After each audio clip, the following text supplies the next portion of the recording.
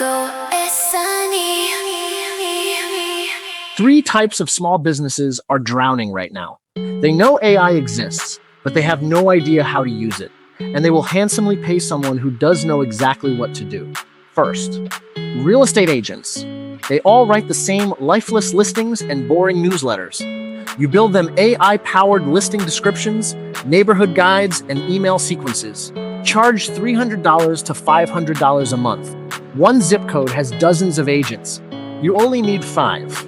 Second, personal trainers. They are incredible at fitness, but they are terrible at content. You deliver weekly workout guides, meal plans, and social posts customized to their specialty. Charge $200 to $400 a month. They'll never leave because they can't do it themselves. Third, skilled trade contractors. Plumbers, electricians, your friendly neighborhood furnace guy. They live and die on local search and have zero content strategy. You hand them blog posts, Google business updates, and follow-up emails that turn one-time calls into repeat customers.